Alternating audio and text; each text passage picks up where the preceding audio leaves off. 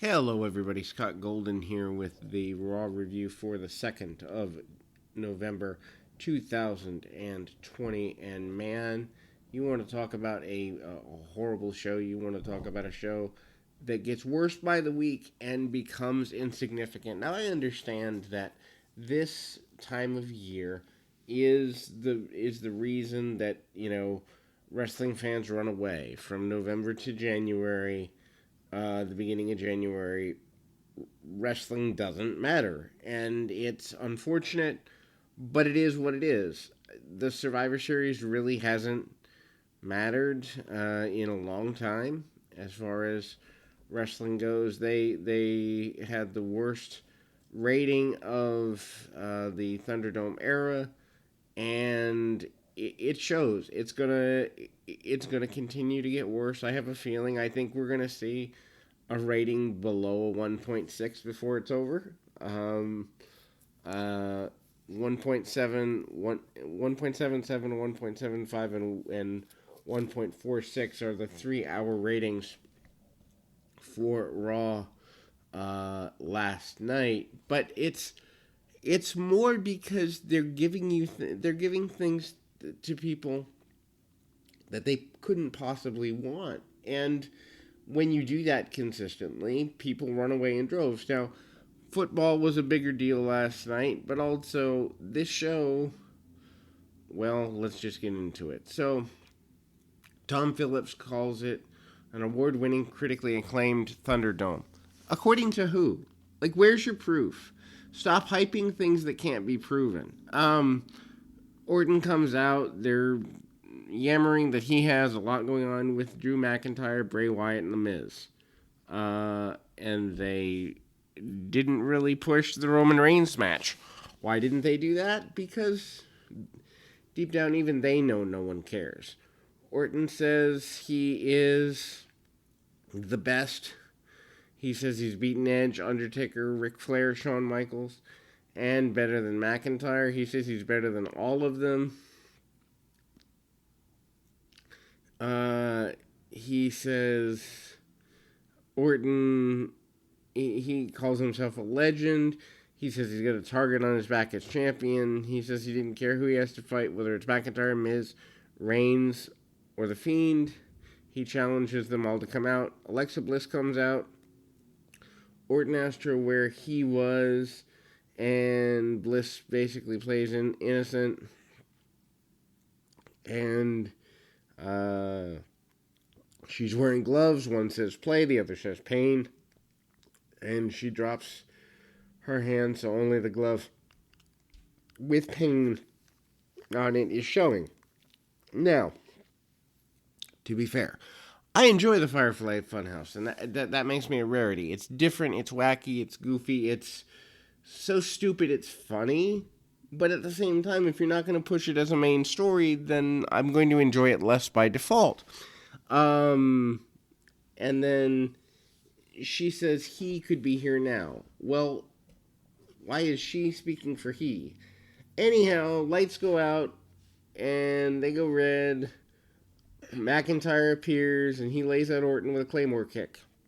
So this top babyface in Drew McIntyre that they have now needs the help of the magic of the Fiend to look like a decent babyface. Like, on what level is any of that necessary, and how is that good for business? Anyway, Miz and Morrison run down. Miz wants to cash in. Ref calls for the match. McIntyre comes back down and lays him out. Charlie Caruso catches up with Miz and Morrison in the back. Miz is angry. McIntyre got in his way. Morrison keeps yelling fact after everything, so he must be like a political pundit or something. Which, what a waste of John Morrison. Miz says it's time for a new star on Raw. I agree with this statement, but it ain't him. He's been there for 15 years. Morrison challenges McIntyre to a handicap match tonight. Then we go to a match that's just under 8.5 minutes, guitar on a pole. Jeff Hardy versus Elias. So the 42-year-old Jeff Hardy is against a mid-card semi-comedy gimmick in Elias, and we're supposed to care why. Elias cuts a pre-match promo and he's about to sing a song. Hardy interrupts. Hardy climbs the pole. Elias throws a weapon at him. They go to a break less than a minute and a half in. Elias is in control when we return. Hardy stops him. Hardy hits a twist of fate. Hardy grabs the guitar and hits Elias with it. The guitar doesn't break, so the guitar doesn't want to work with this either. Hardy pins Elias and then smashes the guitar post-match. So I guess this means the feud is over. I guess we could celebrate that. Nia Jax and Shayna Baszler defeat Mandy Rose and Dana Brooke to retain the Women's Tag Team Championship. 3.5 minutes just over. So Lana watches the match from ringside. Brooks and Rose, who by the way are a new tag team, who are getting beat up like they're an old tag team that everyone's forgotten about. Baszler keeps distracting herself by looking at Lana. Brooke gets a near fall here and there, but no one really cares. Baszler hits Brooke in the clutch, but lets it go because Lana jumps up on the ring apron. So Lana, who's been put through a table, I believe it's week number 6 now, matters more than the actual match going on in the ring. Baszler gets in her face. Brooke applies a roll-up, but the referee gets distracted by this. Baszler manages to come back, gets her clutch, and gets a victory. She gets a submission win. Jax and Baszler look over at Lana, but they don't actually touch her this time around at this moment. Orton tells Caruso it might be time to remind McIntyre what an RKO feels like. Haven't we already seen that? U.S. Champion Bobby Lashley defeats R-Truth in a non-title match in 57 seconds. So that's basically where we go into the second hour, is the end of the Truth segment. Truth tries to reason with Lashley into the non-title match, so neither of them needed to go get hurt. So basically, we only fight hard when the championship's on the line. Good to know. Truth basically lies down in the middle of the ring. Truth gets a few strikes off. Lashley spears him, puts him in the Truth lock, and there we go. Lashley puts him in the Hurt Lock again after the match. Drew Gulak runs down. Remember him? Remember when he was really good? Tries to pin Truth. Lashley gives him the Dominator. Puts him in the Hurt Lock, and Gulak is the new champion because he pins Truth after all of this. Lucha House Party's in the back. Remember them? Remember when they were relevant? I don't either. Anyway, they get back in the ring, but they run into AJ's bodyguard. AJ asked if there was a problem. They back off. Sarah asked Jax about Lana. Jax didn't even want to hear her name. And then they the hint is that they're going to end Lana's career. That would be good for Lana. Maybe she could go with go to AEW with Miro. AJ Styles cuts a promo. He mentioned Kevin Owens, easy for me to say, and Jey Uso qualifying for Team SmackDown, and said the rest of their team would likely be as talented. He said SmackDown's missing a leader, and Styles calls himself the team captain of Raw. One problem. Who cares? Tell me, what sort of brain-dead person in 2020 cares who the captain of Team Raw is? Explain this to me, somebody in the comments, and I'll give you a cookie. Styles introduces Sheamus and Keith Lee. Styles put them over before he's saying he didn't care who they had to go through. Basically says SmackDown's going to win. Mentions that the Mysterios, including Angie, may be on Team SmackDown. Now, that would be interesting. Lee said he didn't agree to make Styles the captain. And he says that his large bodyguard isn't going to intimidate him. Sheamus went on to agree with Lee. Sheamus said that Styles is running around in the minor leagues while Sheamus was on top of the WWE. Are we really still calling TNA the minor leagues all these years later? Especially when, as sad as this is, upon occasion, Impact has a better show than Raw these days. And then Braun Strowman interrupts. Strowman says he was all they needed, and Lee complains that Strowman would have to qualify. Strowman talked about his success in previous Survivor Series matches, but they don't reference how, who, when, where, or any of the other pertinent details. Mentioned beating Lee clean in the previous week. This did not happen. Strowman said he should be the captain. Styles didn't appreciate this comment. Adam Pearce interrupts, said he wants a qualifying match for Strowman. Nobody wanted to face him, so everybody's scared of Braun Strowman, even though he's no longer the champion, and even when he was the champion, he wasn't really all that relevant. Lee takes exception to Strowman claiming he beat him clean, and then offers a rematch. Sheamus got in his face and said he is too inexperienced to make his own matches.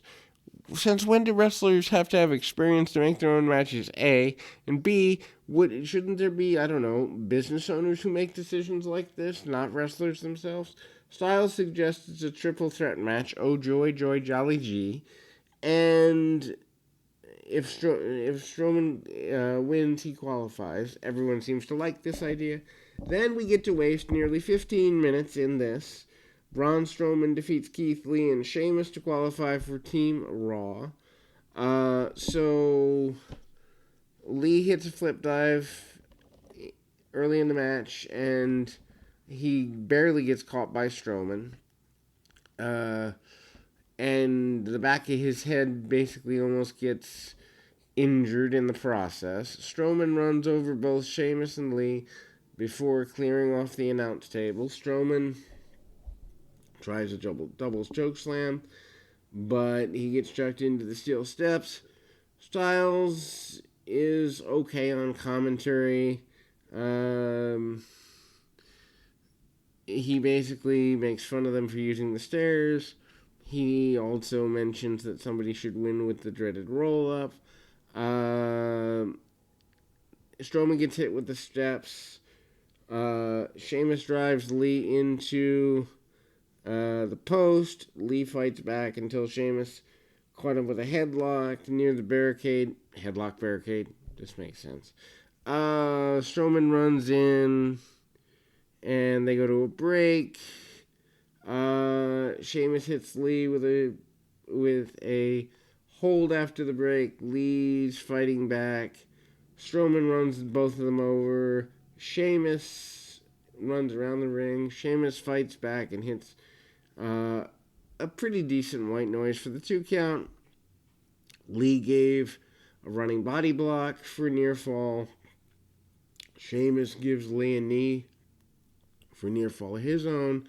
Sheamus sets up a brogue kick, but Strowman clotheslined him out of the ring. Lee gives Strowman a big clothesline for a 2 count. Sheamus gave Lee a brogue kick before Strowman gives Sheamus power slam for a pinfall win. Yes, Strowman's on Team Raw. Yes, nobody cares. Styles is, I guess, impressed by this. I don't know why. Perhaps he realizes that he only has a couple years left on his contract and he doesn't have to do this silly stuff anymore. Styles enters the ring, applauds everyone, shakes hands. Lee and Strowman reluctantly shake hands, even though they just beat the heck out of each other. Sheamus refuses this. Strowman hugged him instead, and then that just is goofy. Sheamus suddenly knocks Strowman out of the ring with a brogue kick. Lee tackles Sheamus, so now the whole entire Raw team doesn't get along. Styles acts upset with all this, and Angel Garza, in a suit, offers a rose to a lady out there in the WWE Universe. They aired a clip of the Jimmy Fallon show. Undertaker tombstones the Scarecrow. Caruso interviews McIntyre. He wants to be the one to beat Orton. and he tells the Fiend to wait. He hoped it would be himself against Reigns at Survivor Series and put this over as a big deal. He also looked forward to beating up Miz and Morrison later tonight. Firefly Funhouse. Abby the Witch didn't want anything to do with Randy Orton and said he could go injure himself. Bliss said there's no swearing in the Funhouse, so that would be 10 cents for the swear jar. This was funny. Wyatt makes it 25 cents. Wyatt keeps having visions of what Orton did to him in the past. Wyatt said he never forgets. Bliss wanted assistance from Wyatt. Wyatt placed his hand on her head, and her eyes turned red. Red goo poured out of her mouth. Wyatt said, well, oh, beep. And then that was the end of that.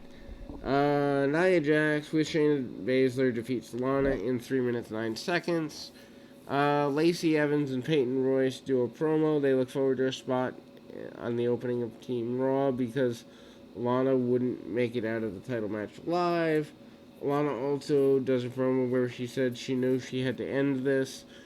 She's just now figuring this out. Anyway, Jax seemingly had the match won a few times and keeps pulling Lana up for why we don't know. Jax demanded Lana give up, but Lana refuses. Jax has enough and gives her a Samoan drop for the pinfall win. Baszler and Jax went after Lana after the match. Lana tries to fight back, but Jax cut her off and put her through the announce table for the 7th week in a row. Truth runs through the back till he sees the Hurt Business, and he runs the other way. They laughed. So then we come back, MVP's VIP Lounge. Hurt Business talks about Survivor Series. Lashley threatens to put Sami Zayn out of business, no pun intended, and threatens to put him to sleep. MVP said they took out Retribution and it's time for payment. Payment would come in the form of the tag team titles. Lashley said the New Day time was up. New Day interrupts. Xavier Woods basically thinks all this is funny. And so, I mean, they could be building Hurt Business and New Day into something meaningful, but they're not. MVP says he's proud of Kingston for winning the WWF title, or WWE title. Basically, Kingston basically says that Shelton Benjamin and MVP have been around way too long. There isn't really much to say about Cedric Alexander. Kingston called New Day the most decorated tag team of all time. He didn't want to toot his own horn, but he says he won more titles than the Hurt Business combined. Kingston runs down his title reigns like anybody cares in these days. And he mentions that Lashley's never won the WWE Championship. Kingston claims Lana said 8 seconds was all that Lashley could last. So now he's not even a bull ride. Lashley does not seem happy with this. And MVP says his men are all business, no jokes. And New Day dressed like they were clowns. MVP said Alexander and Benjamin could beat them for the titles. I'm not thinking so. Woods about to call themselves 10-time champs. Kingston's confused over whether they were 9 or 10-time champs because of the switching of the championships from Raw to SmackDown or SmackDown to Raw or whatever. This segment was a good way to kill time, but it doesn't mean anything and won't mean anything in a week. Shelton Benjamin and Cedric Alexander defeat the New Day, Kingston, and Woods in a non-title match. MVP on commentary basically says that he wanted the gold of the tag team titles. He acknowledged that the belts weren't physical gold, but they represent gold. Kingston makes a hot tag after the break. Those nuts on Alexander, and a couple of near falls. Alexander makes a comeback. With Michinoku driver gets a near fall of his own. Benjamin tags in. Woods tags himself in, so those two go at it. Hits a slingshot DDT for near fall. Benjamin follows up with a spine buster. Woods comes back off the top of the DDT, but Alexander breaks this up and breaks up the cover.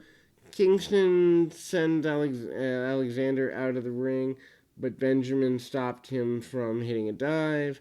Alexander gave Woods a neutralizer. Benjamin follows with the pay dirt for a pinfall, and the action wasn't that bad in this. Nikki Cross finds Bliss in the back, and Cross tries to plead with her. Cross couldn't believe that she was letting the friendship go. So basically, Ricochet defeats Tucker in 37 seconds. Yes. So now Tucker is completely useless now that he doesn't have anything to do with himself. Mustafa Ali is at ringside. He watches, and Ricochet hits the recoil. Tucker wears basically enhancement talent gear with the word Knight on the backside. And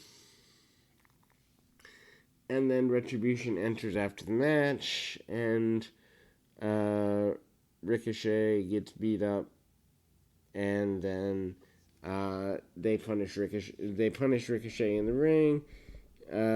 He tried to fight them off. He's overwhelmed. T-Bar and Maze give him a double choke slam via Yim, but doesn't do anything. Ali of Retribution stand tall over Ricochet's body. The lights go out, and then we cut to the back. McIntyre runs into Sheamus. McIntyre's happy to see him, but he's got business to take care of. Basically, McIntyre says that, or basically the inference that McIntyre should join Team Raw is there. But McIntyre says he's busy with Orton. Sheamus understands. Sheamus wants him to Claymore kick Miz and shove the briefcase down his throat. Handicap Drew McIntyre defeats Miz and Morrison in 15 minutes, or 15 and a half minutes. Yes, this is your main event of Raw. McIntyre's in control. Miz chop blocks him. Gets a 1 count. McIntyre fights back. Gives Morrison a reverse Alabama slam. This leads to a break. McIntyre's in control. Miz and Morrison double team him again. They drive him into the post. Morrison hits an impressive looking springboard splash, but doesn't even get a 1 count out of this.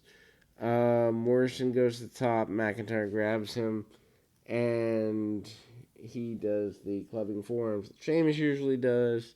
Morrison crotches McIntyre. McIntyre manages to get a suplex out of this, and so then McIntyre goes nuts on Miz. They trade counters. McIntyre hits a spine buster. Morrison breaks up a cover. Miz tags himself in and hits a skull-crushing finale for a near fall. Way to kill Miz's finish. Not that Miz is important 15 years later, but if he were, killing his finish wouldn't be a way to show it. Miz follows up with the S-kicks, but McIntyre shoves him off onto his own partner. McIntyre follows up with a Future Shock DDT. Morrison yanks Miz out of the ring. McIntyre takes them both out with a flip dive. McIntyre pulls Miz into the ring, hits Claymore kick, gets the win. Wow. Orton flies in and gives McIntyre an RKO, and Fiend laughs, and Orton looks around nervously as they go off the air. This show gets worse and worse and worse and worse, and we're supposed to continue to watch it. Anyway, till next time, keep your feet on the ground, your mind in the moment. Till next time, everybody.